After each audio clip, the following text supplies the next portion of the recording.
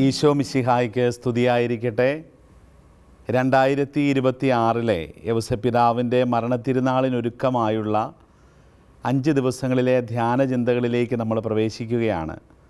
നിങ്ങളെല്ലാവരെയും ഈ ശുശ്രൂഷയിലേക്ക് ഏറ്റവും സ്നേഹത്തോടെ ഈശോയുടെ നാമത്തിൽ സ്വാഗതം ചെയ്യുകയാണ്.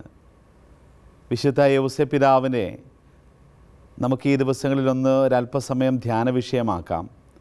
ഈശോയെ വളർത്തി വലുതാക്കിയ ആ പുണ്യപിതാവിൻ്റെ അരികിൽ, ആ തച്ചൻ്റെ പണിശാലയിൽ നമുക്കൊരല്പസമയമായിരുന്നു കൊണ്ട് ഏറെ സ്നേഹത്തോടെ സ്വർഗത്തെ ധ്യാനിക്കാൻ, ഈശോയെ ധ്യാനിക്കാൻ, വിശുദ്ധ യൗസേപ്പിതാവിനെ ധ്യാനിക്കാനെല്ലാം ഈ 5 സായാഹ്നങ്ങൾ നമുക്ക് ഉപയോഗപ്പെടുത്താം.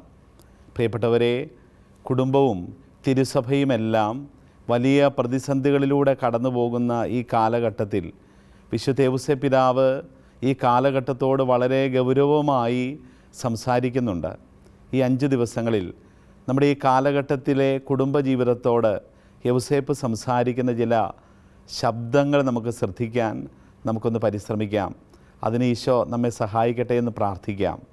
ഒരു നിമിഷം നമുക്ക് നമ്മുടെ കുടുംബങ്ങളെ ഒന്ന് തിരുസന്നിധിയിൽ സമർപ്പിക്കാം.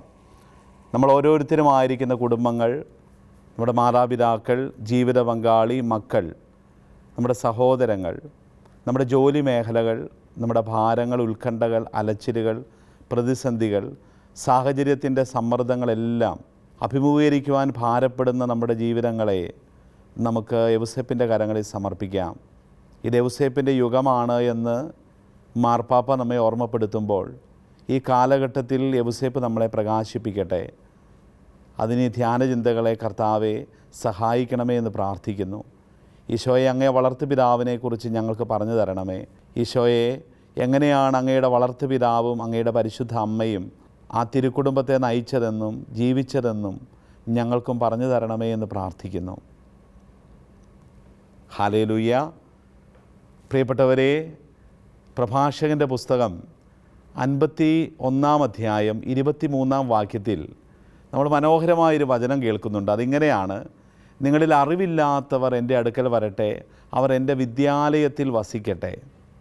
ദൈവമായ കർത്താവ് നമ്മളോട് പറയുന്ന ഒരു വചനമാണിത്. ഈ തിരുനാളിനൊരുക്കമായി ഈശോ നമ്മളോട് പറയുന്നൊരു വചനമാണ്.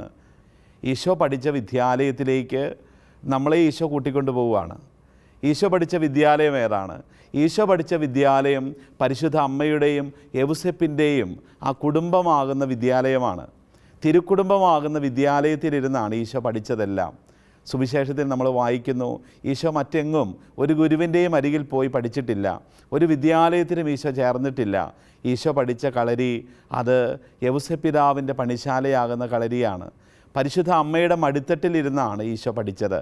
പ്രിയപ്പെട്ടവരെ, നമ്മളും ഒരു 5 ദിവസം യൗസേപ്പാകുന്ന വിദ്യാലയത്തിൽ ഒന്ന് ഇരിക്കുവാൻ പരിശ്രമിക്കുകയാണ്. നമ്മൾ സുവിശേഷത്തിൽ ഇപ്രകാരം വായിക്കുന്നുണ്ട്.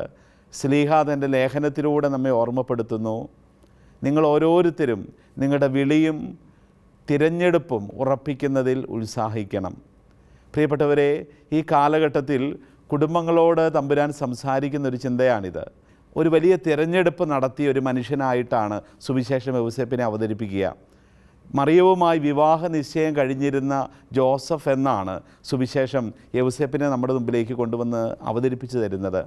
പരിശുദ്ധ മറിയവുമായി വിവാഹ നിശ്ചയം കഴിഞ്ഞിരുന്ന ജോസഫ് ദേവാലയത്തിൽ പോയി പുരോഹിതനെ സാക്ഷി നിർത്തി ദൈവത്തിൽ തിരുമുമ്പാകെ മാതാപിതാക്കളുടെ മുമ്പിൽ ഒക്കെ നിന്ന് യൗസേപ്പ് മറിയത്തെ തൻ്റെ ഭാര്യയായി സ്വീകരിച്ച നാളുകളിലാണ് സുവിശേഷത്തിൻ്റെ കഥ ആരംഭിക്കുക. അങ്ങനെ യൗസേപ്പിൻ്റെ വിവാഹം കഴിഞ്ഞ് യൗസേപ്പ് സ്വന്തം ഭവനത്തിൽ താമസിക്കുന്നു. മറിയവും മറിയത്തിൻ്റെ മാതാപിതാക്കളോടൊപ്പം അവളുടെ ഭവനത്തിൽ താമസിക്കുന്നു. അവർ സഹവസിച്ചിട്ടില്ല എന്ന് കൃത്യമായിട്ട് ബൈബിൾ പറയുന്നുണ്ട്. പ്രിയപ്പെട്ടവരെ, പക്ഷേ അവർ നിയമപ്രകാരം ദൈവസന്നിധിയിൽ വെച്ച് ഉടമ്പടി ചെയ്തവരായിരുന്നു, വിവാഹ വാഗ്ദാനം നടത്തിയവരായിരുന്നു.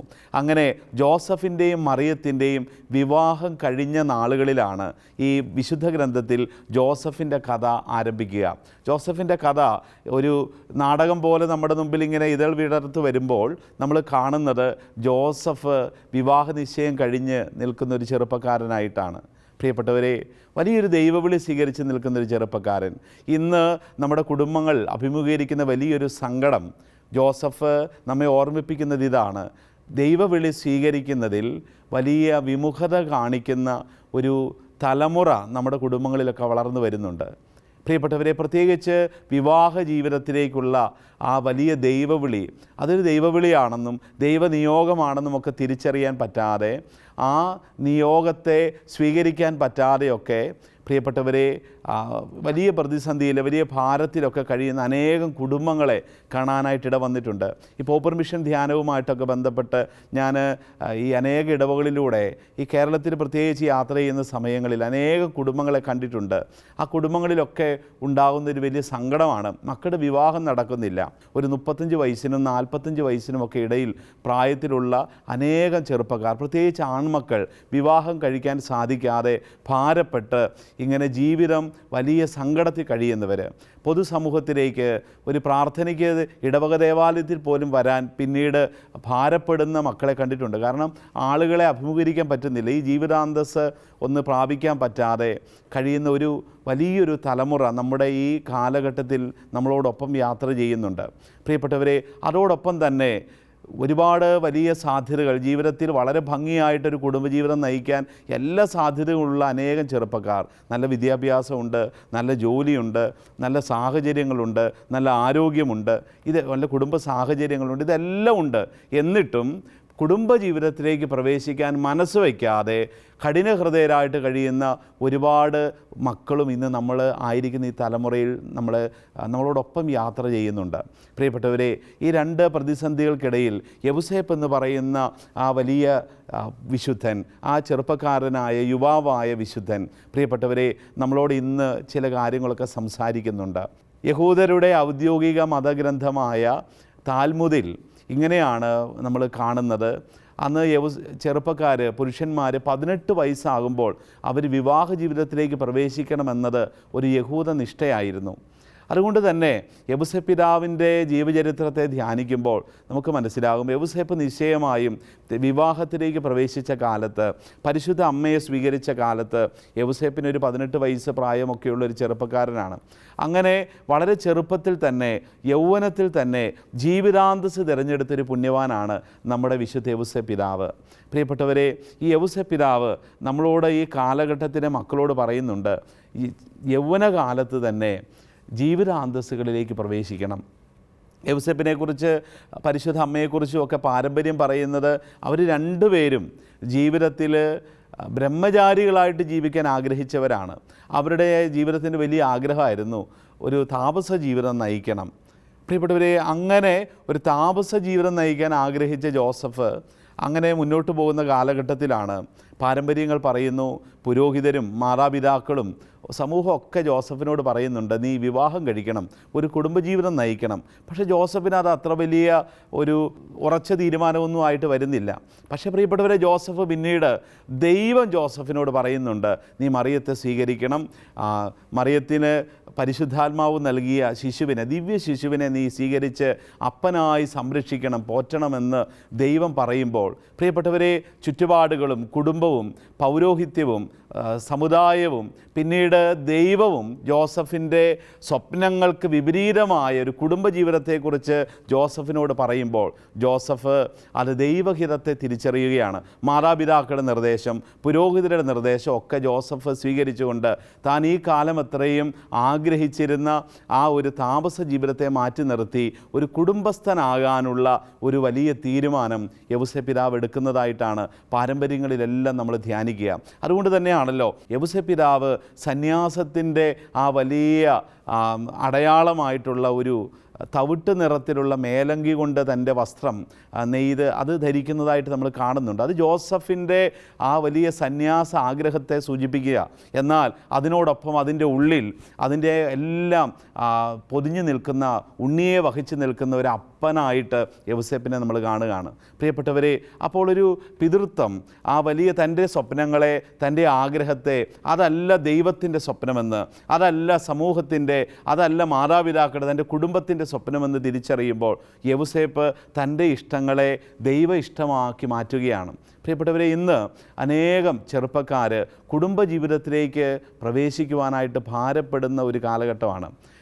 ഇങ്ങനെ കുടുംബജീവിതത്തിലേക്ക് കടന്നു വന്നാൽ എനിക്ക് ഭർത്താവിൻ്റെ അടിമയായിട്ട് ജീവിക്കേണ്ടി വരും, അങ്ങേര് പറയുന്നത് പോലൊക്കെ ജീവിക്കേണ്ടി വരും. അങ്ങനെ കുടുംബജീവിതത്തെ കാണുന്ന ഒരു തലമുറ നമ്മുടെ ഇടയിൽ വർദ്ധിച്ചു വരുന്നുണ്ട്. പ്രിയപ്പെട്ടവരെ, അങ്ങനെയുള്ളവർക്ക് യൗസേപ്പിതാവ് ഒരു വലിയ സന്ദേശം തരുന്നുണ്ട്. പ്രിയപ്പെട്ടവരെ, അത് ദൈവഹിതത്തിന് കാതോർത്തുകൊണ്ട് ദൈവം പറയുന്ന ജീവിതാന്തസ്സിലേക്ക് പ്രവേശിക്കണം എന്നത് തന്നെയാണ്. ദൈവഹിതത്തിന് കാതോർത്ത്, ആ ദൈവഹിതം എന്ന് പറയുന്നത് ദൈവം നേരിട്ട് സംസാരിക്കുന്ന ഒരു നിയോഗം മാത്രമല്ല. ജോസഫിനോട് ദൈവം നേരിട്ട് സംസാരിക്കുന്നതൊക്കെ നമ്മൾ വചനത്തിൽ കാണും.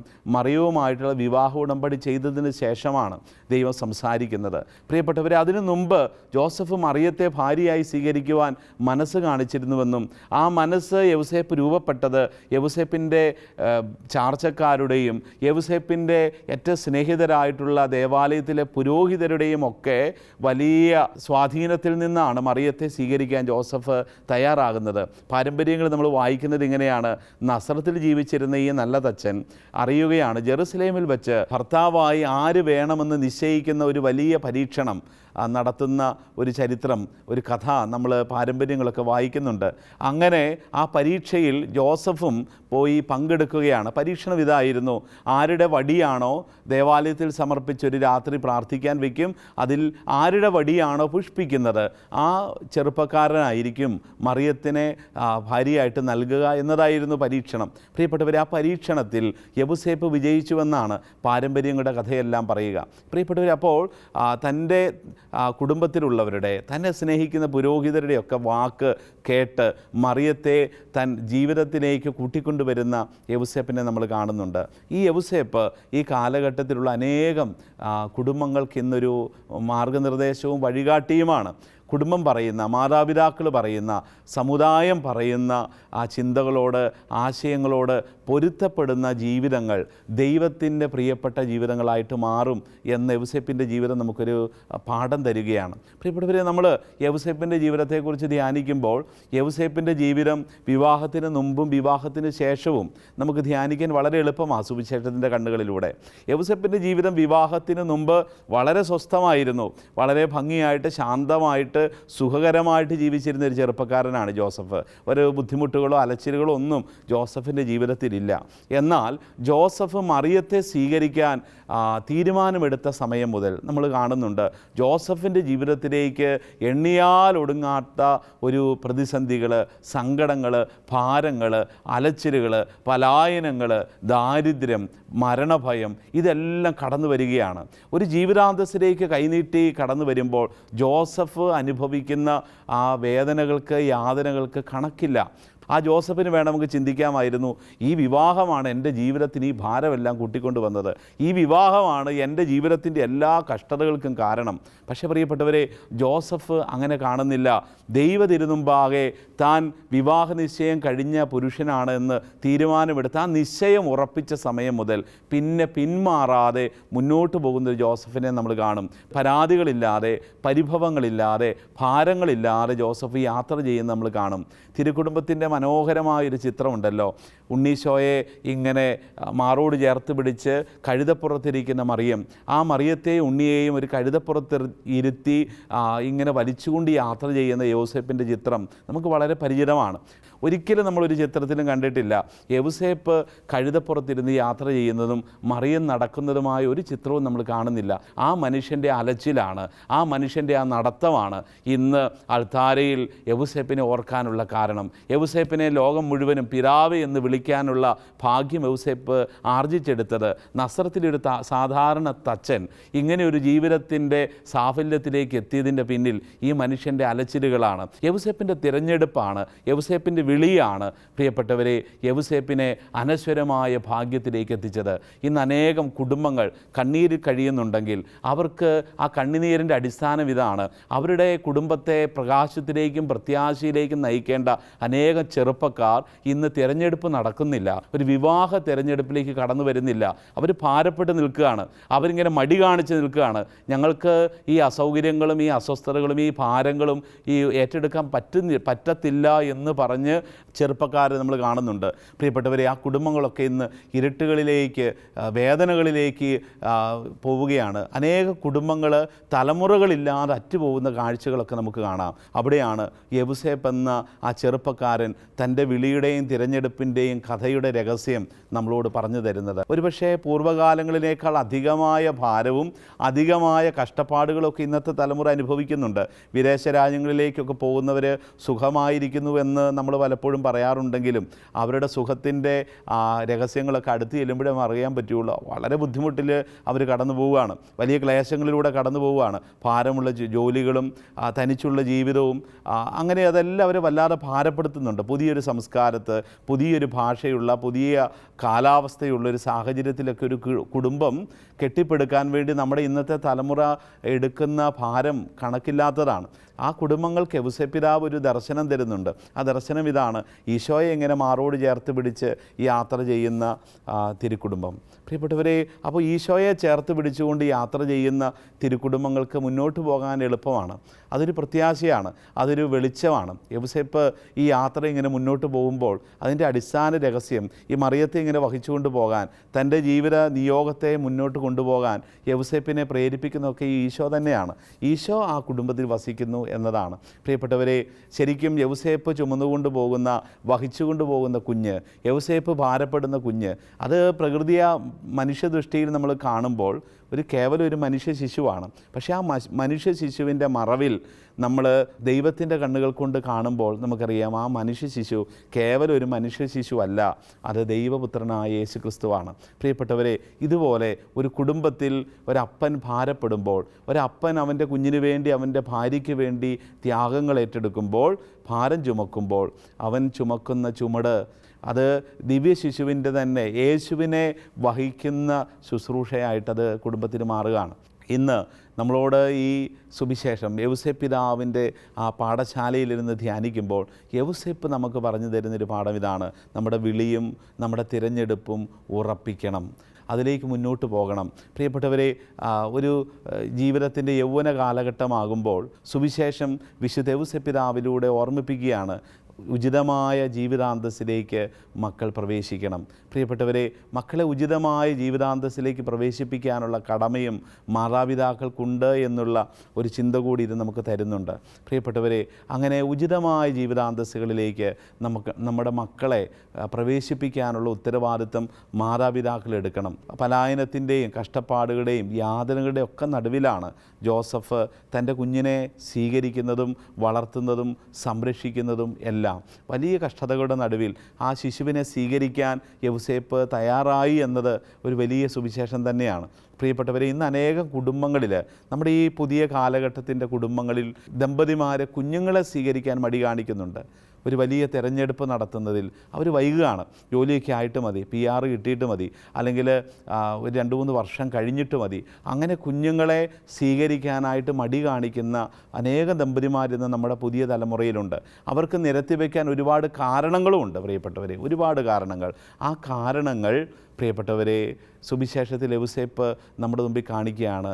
നമ്മൾ പ്രകൃതിയാ പറയുന്ന കുടുംബജീവിതത്തിൻ്റെ ബുദ്ധിമുട്ടുകൾ വെച്ച് കണക്ക് കൂട്ടി പറയുന്ന എല്ലാ കാരണങ്ങളും പ്രിയപ്പെട്ടവരെ ഒരു കുഞ്ഞിനെ സ്വീകരിക്കുന്നതിന് തടസ്സമല്ല. ദൈവം വച്ച് നീട്ടുന്ന കുഞ്ഞിനെ സന്തോഷത്തോടെ സ്വീകരിക്കണമെന്നും ആ കുഞ്ഞിന് മുന്നോട്ട് കൊണ്ടുപോകണമെന്നുമുള്ളത് ദൈവത്തിൻ്റെ പദ്ധതിയാണെന്ന് യൗസേപ്പ് തിരിച്ചറിഞ്ഞു. അതുകൊണ്ടാണ് വലിയ യാതനകളുടെ നടുവിൽ സത്രത്തിലിടമില്ലാതിരുന്നിട്ടും ആരും തലചായ്ക്കാൻ ഇടം കൊടുക്കാതിരുന്നിട്ടും ജോസഫ് ശിശുവിനെ സ്വീകരിക്കാൻ തയ്യാറാവുകയാണ്. തന്നാൽ സാധിക്കുന്നത് പോലെ ആ ശിശുവിൻ്റെ ജനനത്തിന് വേണ്ടി സാധ്യതകളെല്ലാം ഒരുക്കി കൊടുക്കുന്ന ഒരു യൗസേപ്പിനെ നമ്മൾ കാണും. അതാണ് ആ വിളിയുടെ തിരഞ്ഞെടുപ്പിൻ്റെ വലിയ രഹസ്യം. ഇന്ന് പ്രിയപ്പെട്ടവരെ, നമ്മൾ അനേക കുടുംബങ്ങളിൽ കാണുന്ന ഒരു വലിയ സങ്കടമാണത്. ഒരു വിളി സ്വീകരിച്ച അനേകം കുടുംബങ്ങൾ ഇന്ന് ഈ തിരഞ്ഞെടുപ്പിന് വേണ്ടി വൈകുകയാണ്. ഒരു കുഞ്ഞിനെ സ്വീകരിക്കാൻ ദൈവമാണ് ഈ തിരഞ്ഞെടുപ്പ് നടത്തിയതെന്ന് തിരിച്ചറിയുക എന്നതാണ് ഏറ്റവും പ്രധാനം. എനിക്ക് വേണ്ടി കുഞ്ഞിനെ തിരഞ്ഞെടുത്ത് തന്നത് ദൈവമാണ്. ജോസഫ് അറിഞ്ഞ ഒരു തിരിച്ചറിവ് അതാണ്. ഈ ശിശുവിനെ എനിക്ക് വേണ്ടി തിരഞ്ഞെടുത്ത് തന്നത് ദൈവമാണ്. അതുകൊണ്ട് ആ ശിശുവിനെ ഞാൻ സംരക്ഷിക്കണം, സ്വീകരിക്കണം, ആ കുഞ്ഞിനെ 2 കൈ നീട്ടി ഞാൻ സ്വീകരിക്കണമെന്ന് ജോസഫ് ഉറച്ചു. അതുകൊണ്ടാണ് സത്രത്തിലിടമില്ലാതിരുന്നിട്ടും ഒരു കാലിത്തൊഴുത്തിൽ അഭയം തേടുന്ന ആ ജോസഫിനെ നമ്മൾ കാണുന്നുണ്ട്. ഏറ്റവും പരിമിതമായ സാഹചര്യമായിരുന്നു. ലോകത്തിലൊരു പക്ഷേ ഇത്രയും പരിമിതമായ ക്ലേശകരമായ സാഹചര്യത്തിൽ ഒരു കുഞ്ഞിന് ജന്മം കൊടുക്കാൻ ആർക്കും ഇടവന്നിട്ടുണ്ടാവില്ല.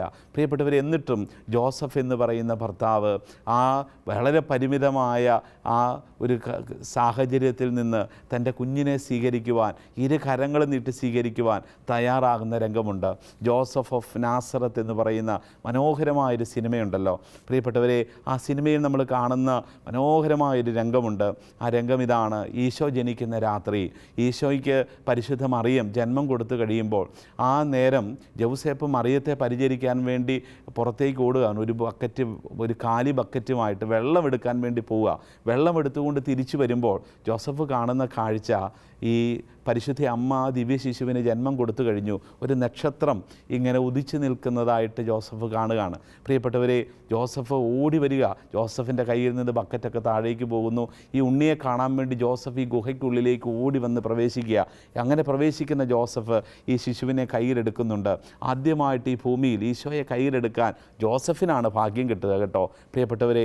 അങ്ങനെ ജോസഫ് ഈ ഉണ്ണിയെ കയ്യിലെടുത്തിട്ട് ആ ഉണ്ണിയുടെ മുഖത്തേക്ക് ഇങ്ങനെ നോക്കി ഒരുമിച്ച് ചിരിക്കുകയും കരയുകയും ചെയ്യുന്നൊരു രംഗം ആ സിനിമയിലുണ്ട്. പ്രിയപ്പെട്ടവരെ, ജോസഫ് ചിരിക്കുന്നുണ്ട്, ഒപ്പം ജോസഫ് കരയുന്നുണ്ട്. ഇത് രണ്ടും കോർത്തിണക്കി ആ സിനിമയിൽ അഭിനയിക്കുന്ന കലാകാരൻ അതിനെ അനശ്വരമാക്കി തീർക്കുന്നുണ്ട്. ജോസഫിൻ്റെ ഭാവമാണത്. വലിയൊരു സന്തോഷം, ദൈവം തിരഞ്ഞെടുത്ത് തന്ന കുഞ്ഞിനെ സ്വീകരിക്കാൻ പറ്റിയതിലുള്ള സന്തോഷം. ഒപ്പം ജോസഫിനൊരു വേദനയുണ്ട്, ആ കണ്ണുകൾ നിറയുന്നുണ്ട്. അതിതാണ് തൻ്റെ കുഞ്ഞിന് താൻ ആഗ്രഹിക്കുന്നത് പോലൊരു സാഹചര്യം ഒരുക്കി കൊടുക്കാൻ പറ്റിയില്ലല്ലോ എന്നുള്ളൊരു വേദന. പ്രിയപ്പെട്ടവരെ, പക്ഷേ ആ വേദനയെ ദൈവത്തിൻ്റെ തിരഞ്ഞെടുപ്പ് കൊണ്ട് ജോസഫ് മൂടിക്കളയുകയാണ്. ദൈവത്തിൻ്റെ തിരഞ്ഞെടുപ്പാണ് പ്രധാനം എൻ്റെ സാഹചര്യത്തെക്കാൾ എന്ന് ജോസഫ് തിരിച്ചറിയുകയാണ്. ഇന്ന് അനേകം കുടുംബങ്ങൾക്ക് വേണ്ട ഒരു പ്രകാശമാണത്. നമ്മൾ ചിന്തിക്കുന്നത് ഈ ലോകത്തിൻ്റെ സാഹചര്യങ്ങളാണ് കേട്ടോ. നമ്മുടെ സാഹചര്യങ്ങളെ അല്ല, ദൈവത്തിൻ്റെ തീരുമാനത്തെയാണ് സ്വപ്നം കാണേണ്ടതെന്നുള്ള ഒരു വലിയ ഓർമ്മപ്പെടുത്തൽ ഇന്നത്തെ എല്ലാ ദാമ്പത്യങ്ങൾക്കും തിരഞ്ഞെടുപ്പ് നടത്തിയ എല്ലാവർക്കും യൗസേപ്പിതാവിലൂടെ സ്വർഗം തരുന്നൊരു ചിന്തയാണ്. പ്രിയപ്പെട്ടവരെ, നമുക്കത് ധ്യാന വിഷയമാക്കാം. ഞാൻ ഒരു ചെറിയ ചിന്ത കൂടി പറഞ്ഞ് അവസാനിപ്പിക്കാം. നമ്മൾ യൗസേപ്പിതാവിൻ്റെ തിരുക്കുടുംബത്തിൻ്റെ ഏറ്റവും പഴയ ചിത്രം എവിടെയാണെന്ന് ചോദിച്ചാൽ അത് റോമിലെ വിശുദ്ധ പ്രിഷില്യായുടെ ഭൂഗർഭ ആലയത്തിലെ കല്ലറയുടെ അരികിലാണ് എന്നാണ് സഭ പറയുന്നത്. അവിടെ തിരുക്കുടുംബത്തിൻ്റെ ഒരു മനോഹരമായ ഒരു ചിത്രമുണ്ട്. ആ ചിത്രം ഇങ്ങനെയാണ്: പരിശുദ്ധ അമ്മ ഉണ്ണീശോ ഇങ്ങനെ ചേർത്ത് പിടിച്ച് നിൽക്കുന്നു. ആ മറിയത്തിൻ്റെ തൊട്ടടുത്തായി യൗസേപ്പിതാവ് ഇങ്ങനെ സ്വർഗത്തിലേക്ക് നോക്കി, ആകാശത്തേക്ക് നോക്കി ഒരു നക്ഷത്രത്തെ ചൂണ്ടിക്കാണിച്ചുകൊണ്ട് നിൽക്കുന്ന ജോസഫ്. ഈ പുരാതന സഭയിലെ ഏറ്റവും പഴയ തിരുക്കുടുംബത്തിൻ്റെ ചിത്രത്തിൻ്റെ ഒരു പ്രത്യേകത, ഇതിൽ യൗസേപ്പിനെ അവർ വരച്ച് വെച്ചിരിക്കുന്നു. 1-ാം നൂറ്റാണ്ടിൽ വരച്ചതാണ് ഈ ചിത്രമെന്നാണ് പറയുക. മതപീഡനങ്ങൾ കൊടുമ്പിരി കൊണ്ടിരുന്ന കാലഘട്ടത്തിൽ വിശുദ്ധ പ്രിഷില്ലായുടെ ആ കല്ലറയ്ക്കരികിൽ വരച്ച ഈ ചിത്രം, പ്രിയപ്പെട്ടവർ, രക്തസാക്ഷികളുടെ ആ വലിയ കാലഘട്ടത്തിൽ വരച്ച ചിത്രമാണ്. വലിയ മതപീഡനം കൊടുമ്പിരി കൊണ്ടിരുന്ന കാലഘട്ടത്തിൽ അന്ന് ജോസഫിനെ അവർ വരച്ചത് പ്രിയപ്പെട്ടവരെ ഒരു ചെറുപ്പക്കാരനായിട്ടാണ്. താടി മുടിയൊന്നും ഇല്ലാത്ത, നല്ല ക്ലീൻ ഷേവ് ചെയ്ത് നല്ല ചെറുപ്പക്കാരനായൊരു 10-18 വയസ്സ് പ്രായമുള്ളൊരു ചെറുപ്പക്കാരനായിട്ടാണ് യൗസേപ്പിനെ വരച്ചു വച്ചിരിക്കുക.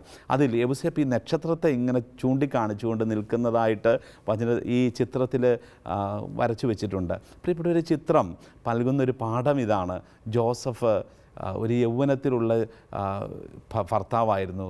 വളരെ ചെറുപ്പത്തിൽ തന്നെ ജീവിതാന്തസ് തിരഞ്ഞെടുത്ത വ്യക്തിയായിരുന്നു. ഒപ്പം ജോസഫ് സ്വർഗത്തിലേക്ക് നോക്കിയിരുന്ന വ്യക്തിയായിരുന്നു. അവൻ്റെ വിരലുകൾ സ്വർഗത്തിലേക്കാണ്, അവൻ്റെ ദൃഷ്ടി സ്വർഗത്തിലേക്കാണ്. അങ്ങനെ ജീവിതത്തിൻ്റെ യൗവനത്തിൽ തന്നെ തൻ്റെ വിളിയും തൻ്റെ തിരഞ്ഞെടുപ്പും ഉറപ്പിച്ചൊരു ഭർത്താവായി ജോസഫിനെ ബൈബിളിൽ ചരിത്രത്തിൽ നമ്മൾ കാണുകയാണ്. ഈ കാലഘട്ടത്തിൽ ഈ ജോസഫ് നമുക്കൊരു വെളിച്ചമായി നിൽക്കുകയാണ്. നമ്മുടെ തലമുറയ്ക്ക് ഒരു വെളിച്ചമായിട്ട് നിൽക്കുകയാണ്. വിളിയും തിരഞ്ഞെടുപ്പും ഉറപ്പിക്കുന്നതിന് വേണ്ടി പ്രിയപ്പെട്ടവരെ നമുക്ക് ഈ ആദ്യ ദിനത്തിൽ ആഗ്രഹിച്ച് പ്രാർത്ഥിക്കാം. ദൈവമേ, എന്നെ അനേകം കുടുംബങ്ങൾ കണ്ണുനീരിലാണ്. യൗസേപ്പ് പിതാവിൻ്റെ മാധ്യസ്ഥം തേടി നമ്മളിന്ന് പ്രാർത്ഥിക്കണം. അനേകം കുടുംബങ്ങൾക്ക് വേണ്ടി, അനേകം കുടുംബങ്ങളിൽ നിന്നുള്ള വലിയൊരു ഭാരം, വലിയൊരു സങ്കടം, 10-30 വയസ്സ് കഴിഞ്ഞിട്ടും ജീവിതാന്തസ് തിരഞ്ഞെടുക്കാത്ത മക്കളെ ഓർത്തുള്ള വേദനയാണ്. ഇന്നും അനേകം കുടുംബങ്ങളുടെ ഭാരം എന്ന് പറയുന്നത് ജീവിതാന്തസ്സിലേക്ക് പ്രവേശിച്ചു, വിവാഹ ജീവിതം ആരംഭിച്ചു, എല്ലാ സാഹചര്യങ്ങളൊക്കെ ഉണ്ട്, പക്ഷേ കുഞ്ഞുങ്ങളെ സ്വീകരിക്കുന്നില്ല. അങ്ങനെയുള്ള ഭാര്യ ഭർത്താക്കന്മാർ മക്കളെക്കുറിച്ചുള്ള വേദന പ്രിയപ്പെട്ടവരെ, ഇത് നമുക്ക് നമ്മുടെ പ്രാർത്ഥനാ വിഷയമാക്കാം. ആ കുടുംബങ്ങളെല്ലാം യൗസേപ്പിൻ്റെ പാഠശാലയിലേക്ക്, നമുക്ക് വിദ്യാലയത്തിലേക്ക് നമുക്ക് കൊടുക്കാം.